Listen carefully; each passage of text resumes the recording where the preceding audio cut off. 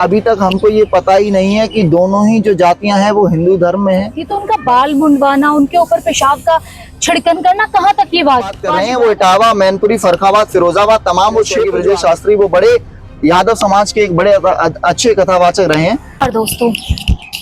कैसे हैं आप सभी। हम यहाँ बेहद संगीन मुद्दा लेके पहुंचे और इस पे हम बातचीत करेंगे। जैसा कि आपने देखा कि इस बीच किस तरीके से इटावा के दादरपुर में जो हादसा होता है उसमें ताज़ा अपडेट्स क्या है और वो खबर पूरी तरीके से क्या है उससे भी आपको हम रूबरू कराएंगे। अमन हमारे साथ है, हम इनसे बातचीत करेंगे। अमन ये बताइए, इस तरीके की जो अभद्रता की गई है, बाल उनका मुंडवा दिया गया, उनके ऊपर मूत्र डाला गया, नाक रगड़वाया गया, तो कहाँ तक ये वाजिब है और कहाँ तक ये करना सही है, बताएं। मैं एक जरूर बात बोलना चाहूंगा यहाँ पर कि जो ये द्वेष पैदा करने वाली घटनाएं हैं कहीं ना कहीं एक बड़ा सवाल पैदा करती है। एक जिस मुद्दे पर हम बड़े मुद्दे को उछालने की बात करते हैं, जहां हम ये बात कहते नजर आते हैं कि आज हम एकजुट हैं, हिंदू धर्म का बड़ा नाम जो है राजनीतिक पार्टियां भी लेती हैं, तमाम राजनीतिक पार्टियां इस बात पर दावा करती नजर आती हैं कि हिंदू धर्म जो है वो बड़ा मजबूत है। तो ऐसे में कहीं ना कहीं अब ये नजर आता है कि ऐसा क्या है कि आज क्या हम 90 के दशक में जी रहे हैं? क्या असल मायने में अभी तक हमको ये पता ही नहीं है कि दोनों ही जो जातियां हैं वो हिंदू धर्म में हैं? बड़ा सवाल तो यहाँ पर भी खड़ा होता है। और मैं आपकी जानकारी के लिए असल में बता दूं कि जिस इटावा क्षेत्र की, जिस जिले इटावा की आप बात कर रहे हैं, इटावा के गांव दादरपुर की घटना है, जहां पर ये संत राम यादव के साथ ये जो घटना घटी है। आपको बता दूं कि उत्तर प्रदेश के इटावा के अंतर्गत आने वाले तमाम वो क्षेत्र, इसके में वो एक बड़ी संख्या में यहाँ पर यादव जो है वो कथावाचक हैं। तो असल में फिर क्या ये कारण रहा कि उसके बाद भी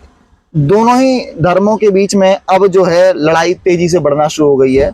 ब्राह्मण समाज की तरफ से ये बात नजर आती है कि मूत्र का छिड़काव, आप समझिए कि कितनी बड़ी गहनता वाली चीज हो सकती है, जिस पर जांच पड़ताल करने की जरूरत है। और मैं कहता हूं तत्काल ऐसे लोगों पर जो है इस पर संज्ञान प्रशासन को लेने की जरूरत है कि असल में गलत कौन है यहाँ पर। अब इसमें ताजा अपडेट ये है कि महिला की तरफ से ये आरोप लगाए गए हैं कि वो कुछ अभद्र की चीजें कर रही थी, हाथ पकड़ने की कोशिश कर रहे थे, उनकी वजह से किया जा रहा है। तो क्या लगता है इसमें कितनी सच्चाई है या फिर ये सिर्फ एक बातें कहने की ही रह गई है? कहीं ना कहीं जब ये मुद्दा जो रहा, जब इसने पूरे देश में एक गर्मजोशी के तौर पर उछलता हुआ नजर आया, तो राष्ट्र मुझे लगता है ऐसा कि हो सकता है कहीं ना कहीं किसी के निजी विचार जो हैं वो लगातार, मैं अपने निजी विचारों की बात करूं तो मुझे ऐसा लगता है कि कहीं ना कहीं ये मनगढ़ंत कहानी भी हो सकती है। लेकिन मुझे ऐसा लगता है कि जिस तरीके से ब्राह्मण समाज ने अब आगे आकर ये कहा है, प्रेस वार्ता करके बात कही है कि इनके साथ छेड़छाड़ हुई है, जिस वजह से जो कथावाचक था उसको अपने घर पर बुलाया, उसने उनका हाथ पकड़ा और हाथ पकड़ने के बाद जो था गांव वालों ने उनको सजा दी है और एसएसपी ने भी अब उनको कह दिया है कि इस पर पूरी तरीके से जांच पड़ताल होगी, उसके बाद ही कार्रवाई होगी। और मुझे लगता है कार्रवाई होनी चाहिए, सच्चाई के साथ कार्रवाई होनी चाहिए। अच्छा, ये कहाँ तक वाजिब है? अगर आपके साथ कुछ होता भी है तो पुलिस प्रशासन है हमारे देश में, महिलाओं के प्रति स्पेशली पुलिस प्रशासन इतनी सख्त है कि उनके एक कंप्लेंट पे कार्रवाई हो सकती है। तो उनका बाल मुंडवाना, उनके ऊपर पेशाब का छिड़कन करना, कहाँ तक ये वाजिब है? अगर ये घटना उनकी तरफ से हुई भी है तो मैं कह रहा हूं कि अब आप ये समझ के चलिए कि ये जो घटनाएं हैं, ये घटना आज सिर्फ और सिर्फ एक इतना बड़ा सवाल पैदा कर दिया है कि बहुत बड़ा द्वेष जो है अब दोनों जातियों के बीच में होता दिखाई दे रहा है। मैं यादव समाज की बात करूं तो अब यहाँ भी कहना शुरू हो गए हैं कि सरकार अगर बदलती है, लोगों का यहाँ तक कहना है कि अगर सरकारें बदलना शुरू हो जाती हैं तो ब्राह्मणों की हम चोटी काट देंगे, हम अपने डंडों पर तेल लगा के बैठे हो, तो कहीं ना कहीं एक बड़ा गलत तरीके से दो जातियों के बीच में लड़ाई का कहीं ना कहीं ये डर पैदा हो चुका है कि आपस में यादव और ब्राह्मण समाज के लोग भिड़ जाएंगे। तो कहीं ना कहीं इसको जो है वो सच्चाई के साथ कार्रवाई करने की जरूरत है और जो गलत है उसके ऊपर कार्रवाई होनी चाहिए, क्योंकि बड़ा सवाल आज हम 2025 में जी रहे हैं। एक सवाल मैं और भी इसमें जोड़ना चाहूंगी कि कथावाचक क्या सिर्फ ब्राह्मण समाज के लोग ही हो सकते हैं? देखिए, जहां तक अभी तक हमने सुना है या हमने पढ़ा है तो बात एक बड़ी जरूरी कही जाती है कि ब्राह्मण वो हो सकता है जो समाज को मार्गदर्शन करे, समाज का मार्गदर्शन करे, समाज के लिए एक मार्गदर्शक के तौर पर कार्य करे, जिसके पास ज्ञान हो, जिसके पास बुद्धि हो, जो ये बता सके कि सही क्या है और गलत क्या है, जिसको सही और गलत के फैसले का पूरा ज्ञान हो, तो उसको ब्राह्मण कहा जाता है। और कथा करना, आपको असल में एक बात और बता दूं जो बड़ी रोचक है, जो शायद मेरे दर्शकों को इस बात की जानकारी मैं जरूर देना चाहूंगा कि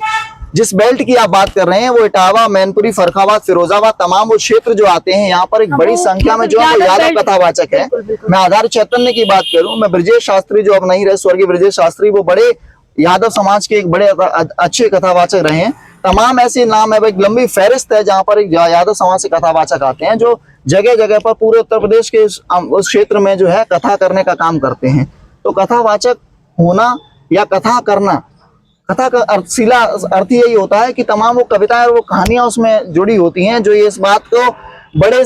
पैमाने पर बताती हैं कि समाज को असल में चलना कैसे है, समाज को सही और गलत के फैसले को समझना कैसे है। एक बड़ा जरूरी सवाल है, मैं आपको बताऊं। बिल्कुल जी, इसमें आप राजनीति को कैसे देख रहे हैं कि इसमें तमाम लोग अपनी राजनीतिक रोटियां भी सेकने में लगे हैं जी। और दोनों तरफ से खेल रहे हैं, इन चीजों को कैसे देखते हैं आप? मैं कहीं ना कहीं इसको ऐसे देखता हूं कि अब जो है लड़ाई राजनीतिक पार्टियों में होना शुरू हो जाएगी, क्योंकि कहीं ना कहीं हाँ, एक चीज सॉफ्ट कॉर्नर के साथ मैं बताना चाहूंगा, कुछ लोगों का कहना है कि जो कथा है वो सिर्फ और सिर्फ ब्राह्मण समाज को ही करने का हक है। तो इसको लेकर भी काफी लोगों में रोष है कि कथा जो है वो यादव समाज क्यों कर रहा था, उन्होंने अपनी आइडेंटिटी छुपाई, आधार कार्ड में नाम दूसरा बताया, दो आधार कार्ड थे, ये सारी चीजें भी निकल के सामने आ रही है। ये मैं जरूर एक बात बताना चाहूंगा कि पहले दो सवाल जो थे, पहला सवाल तो ये कि राजनीतिक पार्टियों ने जो है अब इसको अपने आड़े हाथों ले लिया है। और राजनीतिक पार्टियां, जैसे उदाहरण के तौर पर कल समाजवादी पार्टी के राष्ट्रीय अध्यक्ष अखिलेश यादव ने 51,000 रुपए का सम्मान राशि दी और कहा कि हम इनका सम्मान करते हैं अगर ब्राह्मण समाज इनका अपमान करता है।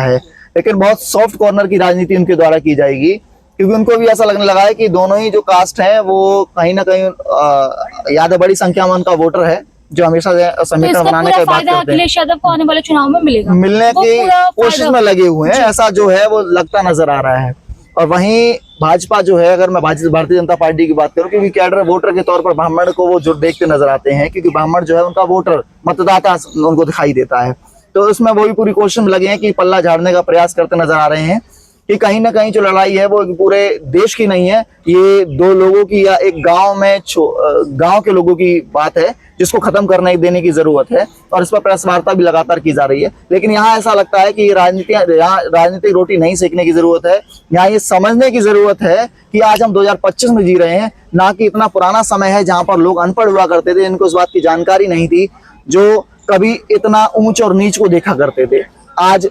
ऊंच और नीच को समाप्त करके आज सब बराबर के व्यक्ति हैं और सभी तबके जो है एक समान खड़े होते नजर आते हैं। और कथा करने की आपने दूसरा जो सवाल लिया कि कथा